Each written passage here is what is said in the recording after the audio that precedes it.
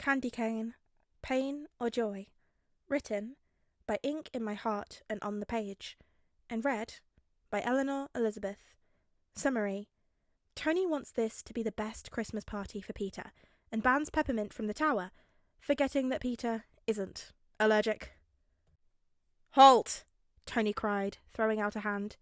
Clint froze, his body tensing as his eyes darted around the room for any sign of danger. He turned back to Tony, quickly assessing the man. "What is it?"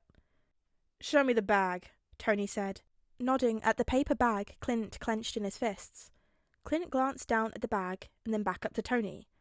"Why?" "I'm checking for contraband," Tony huffed. "Now open it and show me inside." Rolling his eyes, Clint obliged. He held it out so Tony could see, and frowned when Tony darted his hand inside and snatched out the bag of candy canes he had brought with him. "Hey, come on, Tony, they're the good ones," Clint whined, trying to snatch them back, but the genius was quicker than the archer anticipated. "They have peppermint in them." Tony scowled at Clint. "What part of absolutely no peppermint was unclear to you?"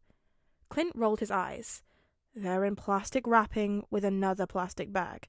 Other than being bad for the environment, I think Peter will be okay as long as he doesn't shove one in his mouth." "We are not taking any chances," Tony said. "You know the kid can't have it. He's part spider." Yeah, Clint sighed, giving up and reaching for the bag. Truthfully, he had forgotten that Peter couldn't have peppermint, and felt a little bad. A smirk started to build, and Clint quickly smoothed it out before Tony could see. The man denied being Peter's dad, but Clint could see the parental act as clear as day. "Can he still have the plain ones?"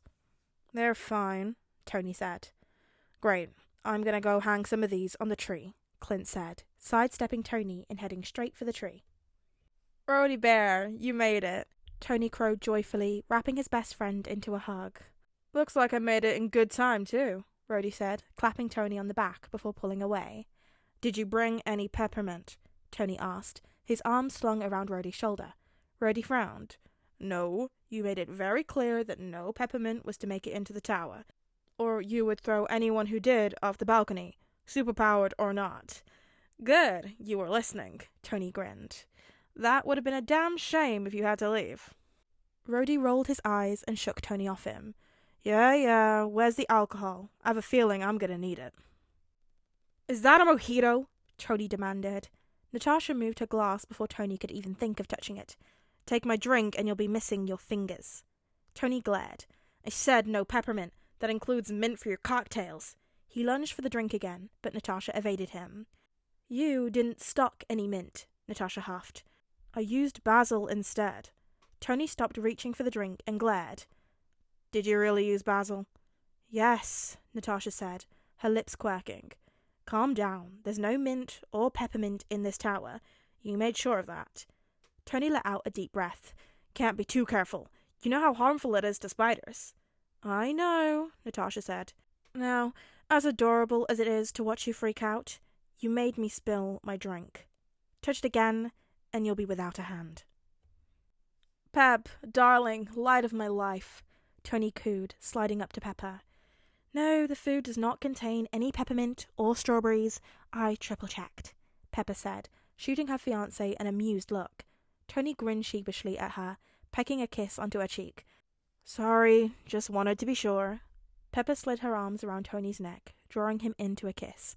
She smiled against his lips when she felt him return the gesture, sighing into her mouth. She pulled away before they could get too swept up and lightly patted his chest. "Peter is going to be fine," Pepper assured him. "He's going to have a great time. You could just have pizza and a movie on, and Peter would have a blast." Tony shifted. "It's his first Avengers Christmas party. I want it to be perfect." "It will be," Pepper smiled. "Please try and enjoy yourself tonight. Don't worry too much." "I'll try," Tony promised, pulling her back into another kiss. "Why can't we have peppermint again?" Sam asked Rhodey quietly. Rhodey cast a look around, spotting Tony at the other end of the room. "Don't let Tones here say that." "Is the kid really that allergic?" Sam asked. "Spiders hate peppermint," Rhodey said. "I'm not sure how allergic Pete is, but I'm with Tony on not making the kid feel uncomfortable." "Must be hard," Sam frowned, looking concerned. You'd be surprised how much peppermint is in stuff.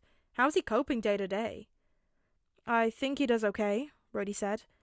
I don't get to see him as often, but I don't think he's had an incident yet. Tony is keen to keep it that way. Both men laughed before Rhodey suddenly nudged Sam with his elbow. Be cool, here comes Tony, Rhodey said through a smile. And don't mention peppermint. I wouldn't dare, Sam said through his teeth. Hey, Tony, great party, man. The party was in full swing, and Peter was going to arrive any minute. Tony couldn't help but feel a little nervous. He wanted the night to be perfect for his kid. He knew that Peter liked hanging out with them, and Tony just wanted Peter to feel included. He was aware that Peter was a little self-conscious, and didn't always have the confidence that Spider-Man did, so he did everything in his power to make this party the best for Peter. Boss? Friday's voice came from the phone he held in his hand. Peter has arrived at the tower. A second later, a message popped up on his phone. I'm here, Mr. Stark. We'll be up in a sec. PP. Tony beamed. Kid's here. There was a small smatter of laughter as Tony made his way over to the elevator, and he ignored it. Sue him. He was excited. He didn't have to wait long before the elevator doors were opening, and Peter Parker came stumbling out. Ah, hey, Mr. Stark! Peter beamed, hurrying over to Tony. When Peter was close enough, Tony tugged him into a hug, and grinned as Peter hugged him back, and after a moment he gently pulled away. As he did, he got the brief hint of peppermint, and he jerked back. Peter grinned and popped the sharpened end of a candy cane into his mouth. He looked around, sucking on the candy cane before briefly shifting it to the side of his mouth and talked around it. Awesome decorations, Mr. Stark! What is that? Tony asked, pointing at the lolly in Peter's mouth. Peter drew back the lolly from his mouth, his lips bright red. It's a candy cane. Is that a peppermint candy cane? Tony demanded. Yeah, they're the best ones, Peter grinned. Oh shit, Tony heard Rhodey mutter somewhere behind him. Everyone had stopped to listen to them, their eyes flickering between Tony and Peter. Peter's smile faltered as Tony continued to stare at him. What? You're eating a peppermint candy cane, Tony clarified.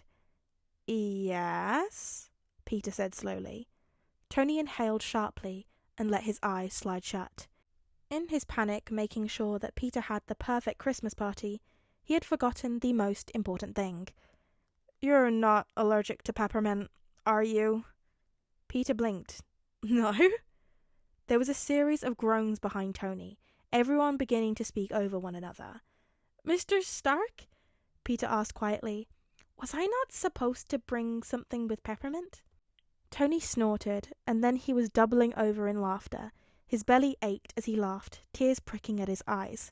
He straightened, the sight of Peter's confused face setting off another round of laughter, before he finally slung an arm around his kid and tucked him into his side. Oh, kid, don't ever change, Tony said. You got it, Mr. Stark, Peter grinned, leaning into Tony's side. Hey there, guys, gals, and non-binary pals. I hope you're all having a lovely day today. This is me recording from the past. Ooh. That meaning I'm recording this a day in advance because I know I won't get to record tomorrow because I'm going to be in Scotland all day ahead of the live stream. I'm probably only gonna just about make it back in time for live stream. So I don't know at what point in the day I'll put this up, but I'll put it up because I decided I still want to have like 25 days of them, even if there is going to be a live stream where I'm going to be reading like several fics. But I don't think any of them are really Christmassy themed, so I thought I'd do it anyway. Appreciate my dedication to the cause. You know, you could do that by, I don't know, maybe liking the video if you liked it and to boost my serotonin levels. Or you could comment down below and we can chat away. You know, I just love talking to all of you guys. I'm getting in the comments and hearing about how you're doing and what you thought of stuff. And be sure to subscribe to be notified when I make new videos. You know, like every day, because it's Ficmas. Ficmas Day free. Look at me, I'm already dedicated to the cause. I've got fics lined up. I have been out here messaging authors left, right and centre like, please let me podfic your fic. I don't know what time this will be going up, but in case it's before the live stream, there's going to be a live stream today at 11 p.m. GMT, which is for the Americans, 6 p.m. Eastern, 5 p.m. Central, and 3 p.m. Pacific. Okay, that really is going to be the last time I do it, which is really sad. I don't know. I like routine and I don't like changing it. But hopefully I will see you all there, or will have seen you all there, depending on where this goes up. But until I do see you again, be sure to practice some self-care. Yeah, that's right. You know what you're supposed to do. What you're supposed to do. You're supposed to drink your water, go to bed on time, brush your teeth. Because you know what I'll do? I'm going to threaten you. That's what's happening right now. You're being threatened. So you better drink that water. Be watching you. I'll catch you guys later.